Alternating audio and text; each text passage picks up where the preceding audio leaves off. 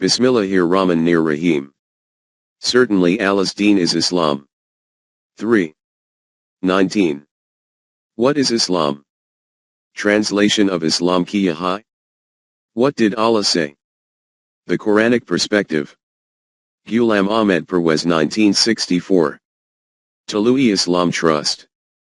Registered. 25B, Gulberg 2, Lahore. 1. The basis of deen. If you traverse any period of human history, and cast an eye on any part of the world, you will find that there is one thing every place, every nation, and every era has in common, and that is that people will have devised some sort of being. Either a tangible or abstract thing or an intangible perceptive power, in front of which they bow down, which they worship and of whose anger or displeasure they are fearful and whose pleasure they consider to be a reason for blessings and approval for themselves. Leaving aside the civilized and developed nations, if you go to such an island where no outsider has previously stepped, according to history, then no matter how different the population residing there may be in other matters, in this common issue their practice too will be equivalent. 1.1 Universality of religion. Mudhab. Plutarch, who flourished in the 1st century of the Christian era, with extensive knowledge of the world of his time, affirms, in wandering over the earth, you can find cities without walls, without science, without rulers, without palaces, without treasures, without money, without gymnasium or theater, but a city without temples to gods, without prayer, oaths, and prophecy, such a city no mortal has yet seen and will never see. This mentality or way of man in which he has given a certain thing, or power, the status of an object of worship, is commonly known as religion. But despite the universality of this religious fervor or belief, the reality that it has not been possible up until even the present time for it to be established as to what it is that is known as religion, is not in the least surprising. Common people aside, the world's greatest thinkers, historians and writers have expended great efforts to try and fix a definition for religion. But none among their definitions either matched with another's, nor could any such comprehensive definition be devised which could fully cover all the different concepts of religion. 1.2 The definition of religion. According to Kant, for example, religion is subjectively regarded the recognition of all duties as divine command. According to Friedrich Schleiermacher, religion is to take everything individual as a part of the whole, everything limited as a representation of the infinite. According to Hofding, that which expresses the innermost tendency of all religions is the axiom of the conservation of values. William James holds religion to be the feelings, acts and experiences of individual men in their solitude, so far as they apprehend themselves to stand in relation to whatever they may consider the divine. Calverton takes a different view of religion. Magic and religion, he affirms, evolved as a means whereby man believed he was able to acquire power over his environment and make the universe bend to his wishes. Professor Whitehead speaks of religion as what the individual does with his own solitariness, and in another place, defines it as a force of belief cleansing the inward parts. Whitehead's considered opinion on the nature of religion is stated more fully and clearly in the following passage, which occurs in his book, Science and the Modern World. Religion is the vision of something which stands beyond, behind, and within the passing influx of immediate things. Something which is real, and yet waiting to be realized. Something which is a remote possibility, and yet the greatest of present facts.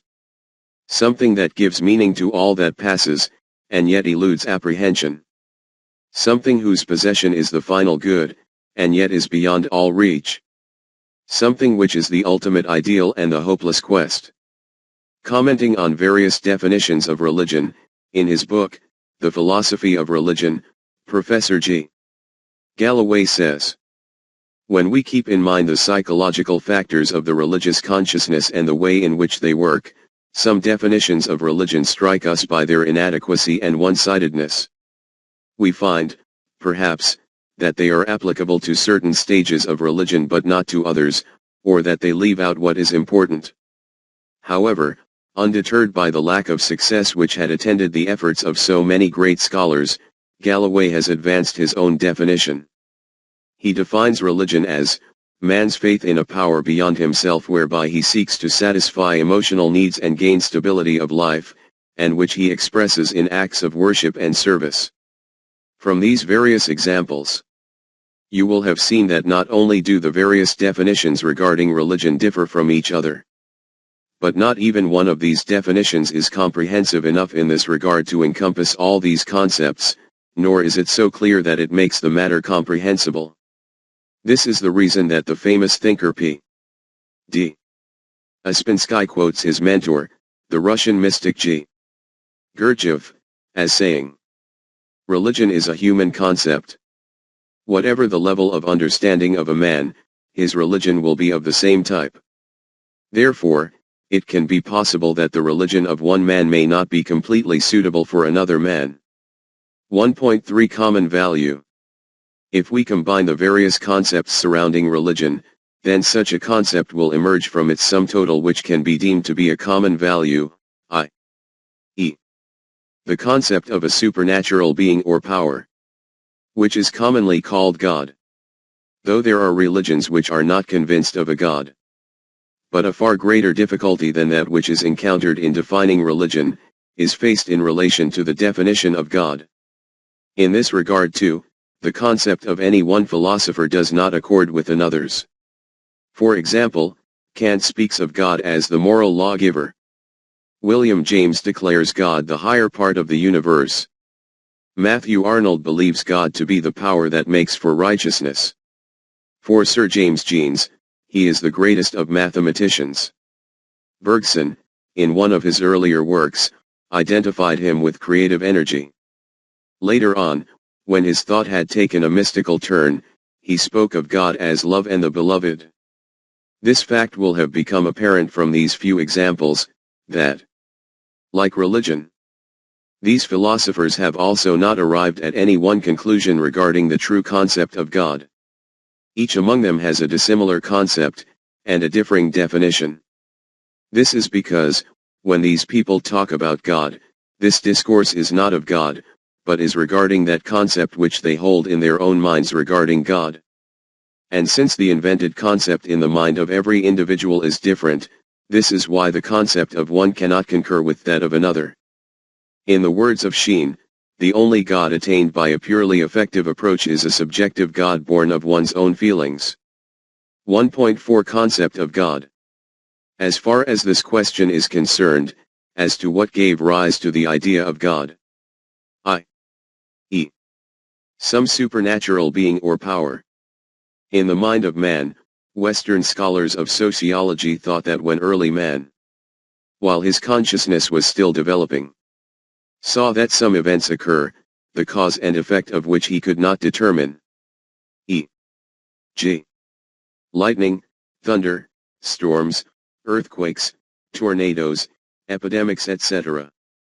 The thought arose in his heart that it is possible that there are great powers operating behind these events which are not visible.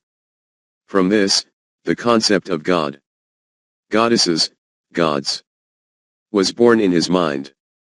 This concept was different in different nations depending upon their circumstances, and was different within the environment of different tribes.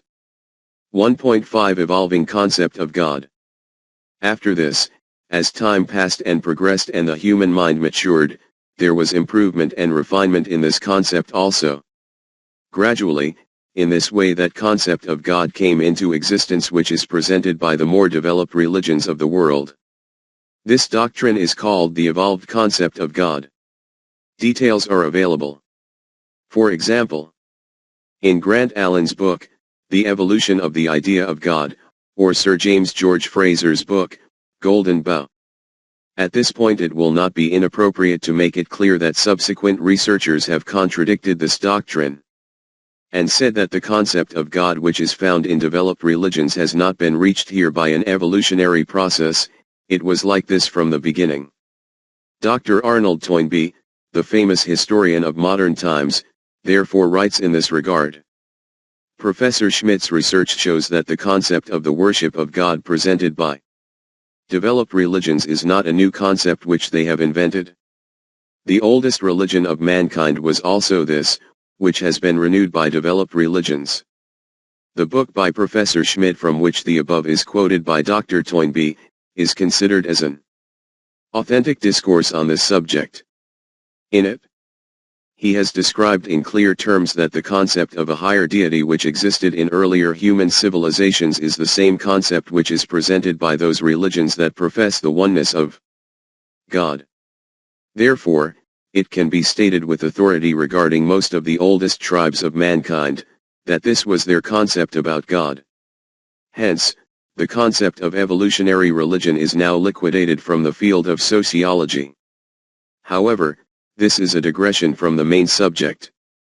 We were saying that, according to the scholars of sociology, the idea of God was born in the human mind as a result of those events and occurrences whose cause or effect they were unable to comprehend. The man of this era had, more often than not, to face the destruction resulting from these events and occurrences. Because he had not yet acquired the knowledge about how to harness natural forces. And therefore he felt weak and helpless in the face of these disasters. In order to save himself from these losses, he could not think of anything other than that he should bow before them, prostrate himself, and humbly implore, and in this way, try to alter their annoyance into favor. This is what is called worship. 1.6 The Ages of Worship and Magic. Therefore, this first era, according to these scholars, was the age of worship. After this, when some wiser individuals were born, from whom the institution of priestcraft emerged, they said that the method by which to gain protection from the fury of these wild forces was not to prostrate in front of them, or to implore before them. We will tell you of such a procedure due to which these forces will become subservient, and will start to function according to your desires. Consequently, the counting of beads and the uttering of magical words and chants came into existence, which is known as magic. These scholars call this era the Age of Magic. 1.7 The Age of Malukiyat. Dictatorship. Proceeding further, human civilization invented the institution of kingship, through which one man acquired so much power, or was considered to be in control of such forces, that every command of his was considered immutable and every decision absolute. If he became enraged, he would destroy habitation upon habitation. If he was pleased, he would bestow hamlets upon hamlets as a gift. There was neither any law or principle defined for his pleasure, nor was there any reason or cause for his rage. To please him and to keep him contented, praises were sung in his glory, prostrations were performed in his presence and donations were presented. Obviously, every person could not have access to such a powerful and mighty being, so on the path to access him, there were hundreds of courtiers and guards. Therefore, in order to present their requests to him, the public would search for means of access and hunt for intercessors. For this, sometimes they had to beseech the courtiers and sometimes they had to bribe his close connections, so that at some opportune moment, when His Royal Highness was in a good mood, their petition could be laid before him. In view of these unlimited powers of a king, some people would of their own accord accept him as their God, while others stated that God, with similar qualities and attributes, is sitting up in the heavens and that the king is his shadow on earth. In this way, the concept of God in the human mind was established as a tyrant and dictator, Raja, Sultan, or Emperor. 1.8 The doctrine of Marx. Marx and others consider that this belief in God became established in the minds of the people automatically. In fact, with the help of priesthood, that group which took control of both wealth and the reins of power into their own hands, expressly indoctrinated the minds of the public so that their vested interests could acquire the veneer of divine authority. And in this way, the working class was not able to escape from their clutches. In any case, whatever the reality is, it remains a fact that, From that time to the present time, regarding the concept of God, the human mind is lost in such mazes from where he does not see a way out. Be aware that whatever we have discussed up until now regarding God worship is about that concept which is the product of the human mind. It is possible that it could be stated at this point that even in the great religions of the world, which claim that their teaching is not the product of the human mind but is based on revelation, we see that a similar concept of God exists. But in different religions of the world, human ideas, concepts, doctrines, and beliefs have been incorporated into the teaching of revelation to such an extent that no difference remains between the original and the invented. Nor do they have in front of them any such criterion according to which they can separate the pure teaching of revelation from human concepts. This is a truth which the scholars and priests of these religions themselves openly accept. Therefore, none among them claims today, nor can, that the book which they call the divine revelation, is word for word the same which the messenger of God had received. This is the reason that whatever concept of God is presented in these books, it is very similar to the concept which the human mind had invented. 1.9 The concept of God. Allah. In Islam. After this introduction, we come to Islam. Be aware that when we discuss Islam, the authority for this will be the Quran. And regarding the Quran, this fact is well known both to Muslims and non-Muslims alike, that it is word for word the same as that which Rasulullah, after receiving the revelation from Allah, gave to the Ummah. Before talking about Allah, the Quran talks about man. It says that there are two concepts of human life. One is that which is called the materialistic concept of life. 1.9.1 The materialistic concept of life. According to this concept, it is accepted that man is defined by his physical body which comes into existence according to physical laws. It remains functioning according to these laws, and ultimately it comes to an end according to these same laws. In this way, with the disintegration of the human body, human life comes to an end. Obviously, according to this doctrine of life, man has neither the need to believe in God nor the need for any external guidance. At an individual level, growth of the body takes place according to physical laws, and whichever person obeys these laws will have his health and vitality remaining good. Whoever goes against these, will become sick and weak. The treatment of these diseases can also be dispensed through physical laws. When his limbs become weak, or some accident befalls him, then death comes to him and the matter is concluded.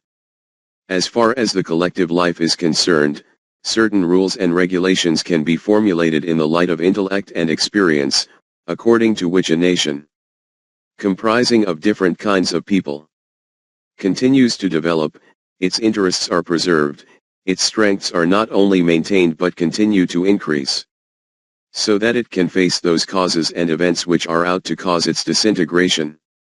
In the formulation and implementation of such laws, there is only one criterion before them, and that is that through these laws their collective strength and balance is maintained, and that there is a continual increase in their domination and supremacy. In the formulation of man-made laws, national interest will be the fundamental motive, and any change and modification in these will be implemented according to this aim. For this, there is neither a need for God, nor a requirement for any guidance from Him. The Quran declares this life to be an animal life, and states, "But those who disbelieve, kafir, enjoy themselves and eat as grazing livestock eat." 47:12. At another place, the Quran states that the outlook and purpose of life of such people is only to follow the emotions of their self-interest. Instead of using their intellect and reasoning in doing right, they are enslaved to their emotions, and these become the instruments for fulfilling their selfish desires. The Quran states, "Have you seen the one who takes as his God his own desire? Then would you be responsible for him? Or do you think that most of them hear or reason? They are only like cattle. Nay, they are worse astray in path." 25. 43-44. Even if such people recognize this fact that the great creation of the outer universe is functioning according to the laws of Allah, even then the Quran does not recognize this as Iman in Allah. It says about these very same people, if you ask them, who created the heavens and earth and subjected the sun and the moon to laws, they would surely say, Allah. Then how are they deluded? 29. 61. These are those people who, and they say, what is there but our life in this world? We shall die and we live, and nothing but time destroys us. But of that they have no knowledge. They merely conjecture. 45. 24. This is one concept of life regarding which the Quran says that it is based only on conjecture and presumption, and not on knowledge and truth. 1.9.2 The Quranic concept of life. The second concept of life is one according to which man is not only defined by the physical body, but apart from the body there is another thing which is called the human personality, the self, or I. In the Quran the term used for this is nafs and it has been termed as divine energy. Regarding the creation of man, the Quran has stated, He who has made everything which he has created most good. He began the creation of man with clay, and made his progeny from a quintessence of the nature of a liquid reproduction process. And he fashioned him in due proportion and breathed into him from his divine energy. And he gave you the faculties of hearing and sight and heart and understanding. Little thanks do you give. 32. 7-9. Allah began the process of the creation of man from lifeless matter. Then, passing him through various stages of evolution, he brought him to that point beyond which his progeny was to continue through the process of sexual reproduction. Up until this point there was no difference between man and animal. Then, from this he tailored him precisely and created in him special balance and proportion, and put in him a spark of his divine energy and, in this way, having endowed you with hearing, seeing and intellect, he brought you to that point of capability where you could gain different types of knowledge. But there are very few among you who make use of these abilities and potentials in a proper way. At this place the Quran has informed us that, in the chain of organic evolution, man was also at the level of other animals. When man progressed forward, a unique attribute emerged in him, as a result of which he became a separate kind of creation. This unique attribute is that which the Quran has declared as divine energy. It should be made clear that the term ruh in the Quran is not included in those meanings which are used as an antonym of matter i.e. It does not mean spirit or soul. This is that divine energy which is called the human self, or nafs. The senses, hearing and seeing, and mind are those means which provide information to the human self and help it to differentiate and distinguish. This self, in the light of this knowledge, using its own intentions and freedom to choose, makes decisions about matters of life using its own resources i.e. we can say it uses the body and its powers to bring its decisions to fruition. 1.9.3 Divine Energy. It is also important to understand that the verse, breathed into him from his energy. Ruh. 32. 9. Does not mean that Allah gave a part of his self to man. The self, personality, is an indivisible whole and cannot be divided into parts. Therefore this belief is wrong that the human self is a part of the self of Allah which, having separated from its origin, is trapped in materialistic comforts, and the aim of its efforts and endeavors is for this part to return and merge with the whole like a drop of water merges with a river. This concept is against the Quran. The self of Allah is a complete entity in itself, and the human self, even though bestowed by Allah, retains its own permanent status. This concept of human life, that man is not just the name for a physical body but contains something within it apart from the body which is called the self, is that foundation on which the whole edifice of Deen is raised. If this is accepted, then the matter of Deen progresses forward. If this is not accepted, then the question of deen does not even arise. 1.9.4 Allah and the human self. Having accepted this premise, some of the important points which then arise are: 1. Wherever there is a self, it will have the same basic characteristics. 2. Man does not receive a self in a fully developed form. He receives it in a latent or potent or dormant shape, or in a form with realizable possibilities in life. The purpose of human life is to actualize or to manifest it, which is called the development of the human self. 3. For an undeveloped self or personality, it is necessary that some developed personality should be in front of him to remain as an external objective standard.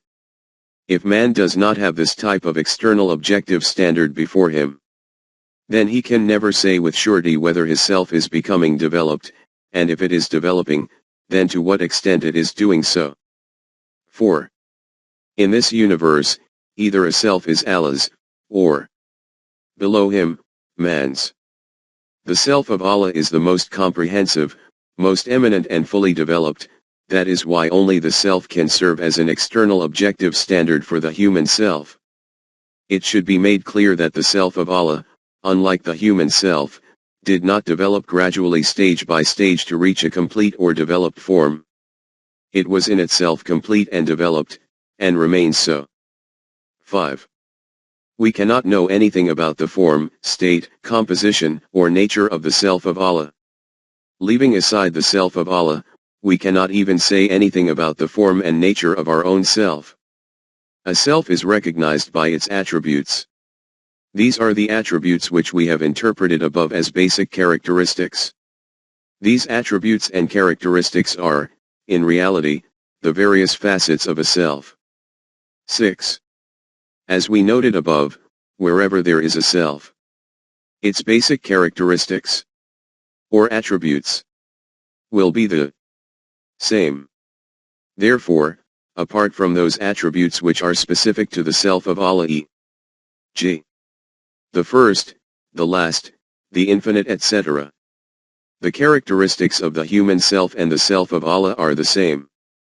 Then because the self of Allah is the most complete, most eminent, and infinite, its attributes are therefore also the most complete, most eminent, and without limits. In contrast with the human self, however, these attributes are constrained within human limits. This difference between the human self and the self of Allah should always be borne in mind. 7.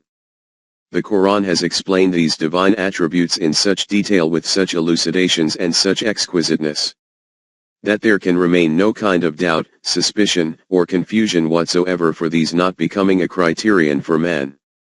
8. The Quran has also given that code which, if a life is lived according to it, will then result in the latent and hidden potentials of the human self to progressively manifest, or in other words, for the human self to continue to develop. He, man, becomes colored in the colors of Allah, or it can be said that he attains closeness to Allah. This system or code is called al-Din. 9. According to this system or code, the development of the human self takes place by living within a society, not in monasteries and hermitages. Therefore, in the society in which al-Din takes practical shape, the self of every individual keeps developing, and all the citizens of this society live a life of success, eminence, achievement, and prosperity. 10. Every deed of man, indeed every desire, intention, and all thoughts passing through his heart, have an impact on his self. This is called the law of requital. Every deed which helps and assists in the development of his self is called a righteous act. Contrary to this, the deed which results in weakness and causes decline in his self is called an evil act. In other words, in the same way that there are laws fixed for the growth and weakness and death of the human body, there are laws established for the development and destruction and ruin of the human self. If development of the human self continues to take place, then events affecting the human body, including even death, will have no effect on it, i.e., a developed self achieves an immortal life, and this is called the life in the hereafter. From the above discussion, this truth has become apparent that, according to the Quran, Allah is the name of the most complete, most eminent, and fully developed self whose attributes serve as an external objective standard for the development of the human self. Keeping these divine attributes, Asma al-Husna, as an objective standard in front, and manifesting these outwardly, within the constraints as a human being, and making these the aim of life, is called Iman in Allah. B. Deen is the name of that practical code of life or system of life, within which, when society is shaped according to it, human self-development takes place. The collective laws for this system are the Quran. Note that the term madhab translated as religion does not appear anywhere in the Quran. It only talks about deen, i.e., about a practical system of life. In short, you can understand deen as teaching man to rise up from an animal level to live life at a human level, as a result of which an individual will live a life of success and prosperity both in this life and will also, in the life to come, the hereafter, keep progressing through further evolutionary stages. 1.9.5 Difference between the Quranic concept and mysticism. At this point, the question arises that if the purpose of deen is to develop the self of individuals, then this is that same concept of individuality which is presented by monasticism, Vedanta, and mysticism in their own way. What is the difference between these two, and what effect does it have on the world or on collective human life? This is an important question and it is imperative to examine it carefully. 1.9.6 Creation and Rububiyyat. Sustenance.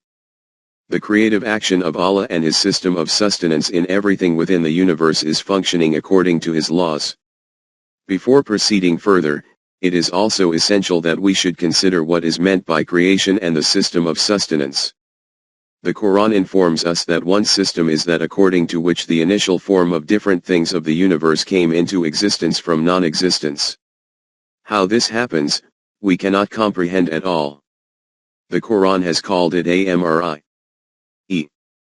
That aspect in which the intention and decision of Allah manifests into a practical from. Verily, when He intends a thing, His command is, be, and it is. 36. 82. After the advent of this first form, within these different elements, new creative forms keep appearing through ever new combinations.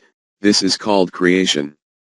The term creation means creating with correct balance and proportion. In this manner, creative additions continue to manifest in the universe. He adds to creation as He pleases, as per His laws. For Allah has power over all things. 35. 1.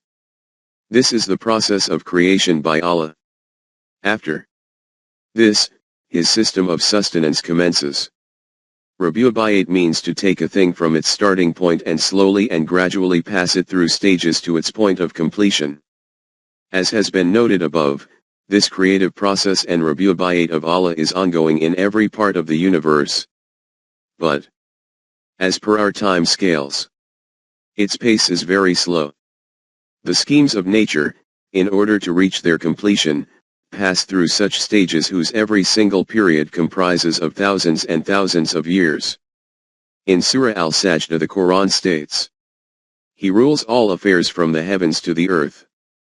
In the end will all affairs go up to Him, on a day, the space whereof will be as 1,000 years of your reckoning. 32. 5. In another verse, the Quran declares these evolutionary stages to be of the duration of even 50,000 of years. 70. 4. If you wish to know anything about the lengthy periods of these stages, then ask the experts in the theory of organic evolution.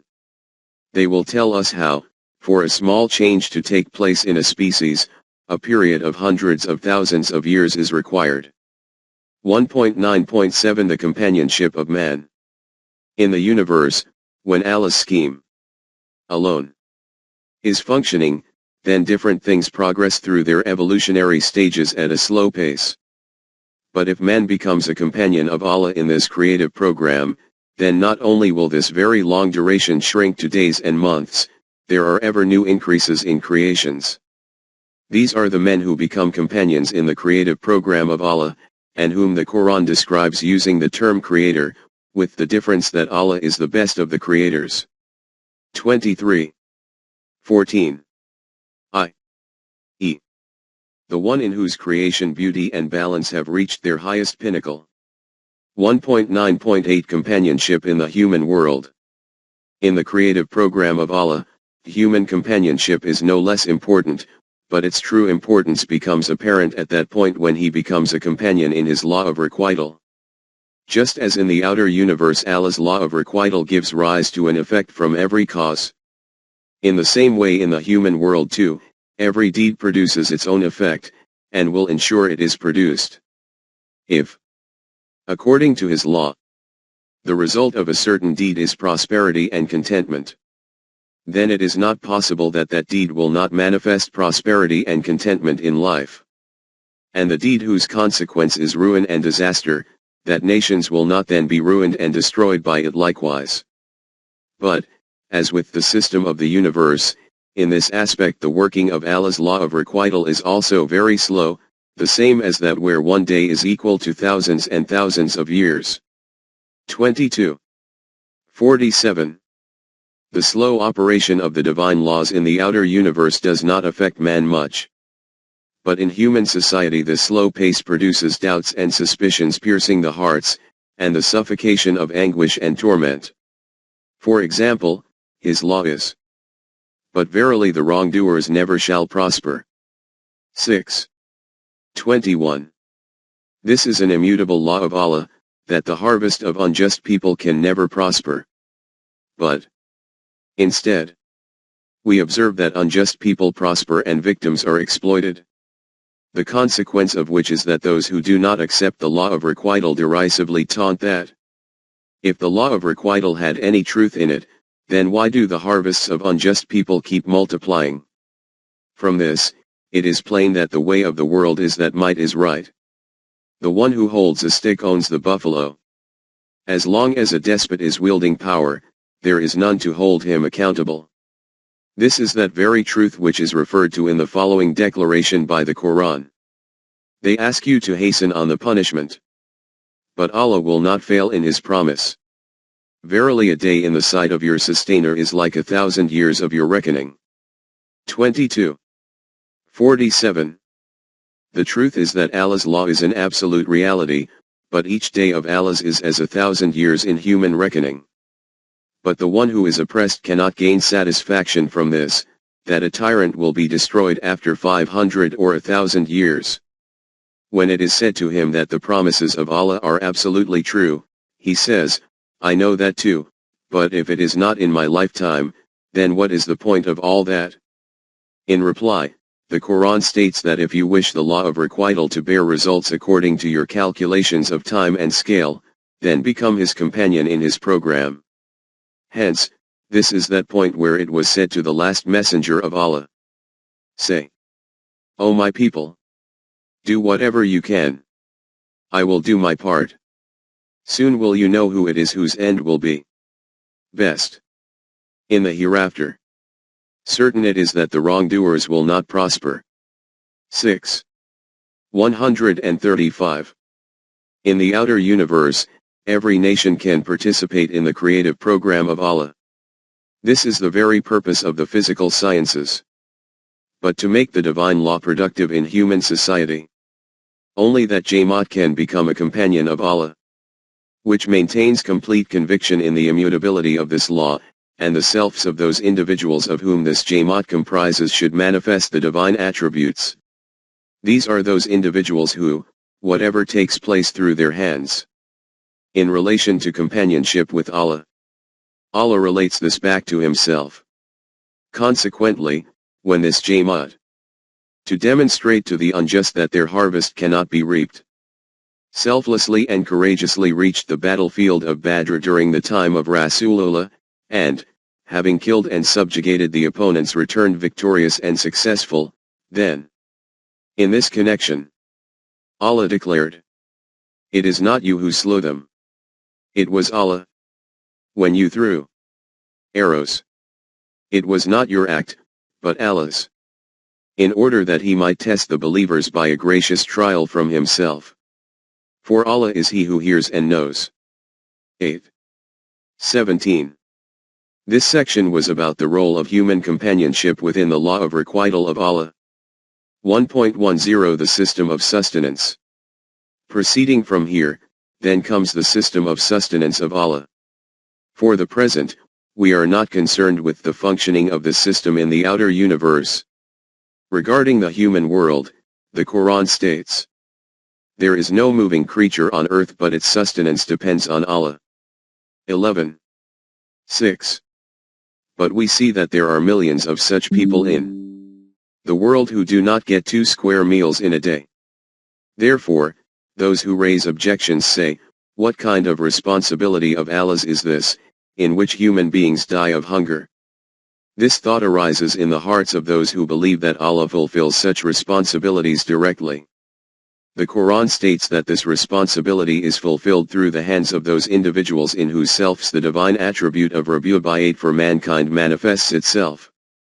These people establish such a system in which resources of sustenance, does not remain confined piled up, but is freely available for the nourishment of mankind.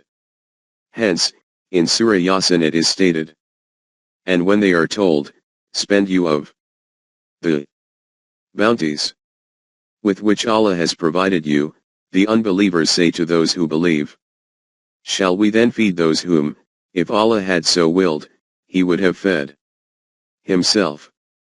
You are in nothing but manifest error." 36. 47. Say to them, what kind of evident misconception are you suffering from regarding the divine system of sustenance? This system of sustenance, in which no one is deprived of the means for nourishment, will take shape after thousands of years according to the pace of the divine law of the universe, but if man becomes a companion of Allah, then this same system can be established in days. As happened in the initial days of Islam. This was the same system. Islamic society, which demonstrated practically the fulfillment of the following proclamation of Allah. We provide sustenance for you and your progeny. 6. 152. From these explanations, you will have seen that the purpose and aim of human life which the Quran has stated, i.e., development of the self of individuals, is not an individual act, it encompasses the collective character of the whole body of mankind. In fact, the whole outer world and every part of collective life is affected by it. The development of the human self can neither take place individually, nor can the light of the developed self remain confined within the breast of this individual. By this, every aspect of the human collective character is enlightened, and the path of human society is shaped along the correct lines. This is the reason that the life of monasticism and mysticism and the Quranic doctrine and its system of life are so different. 1.11 The concept of worship.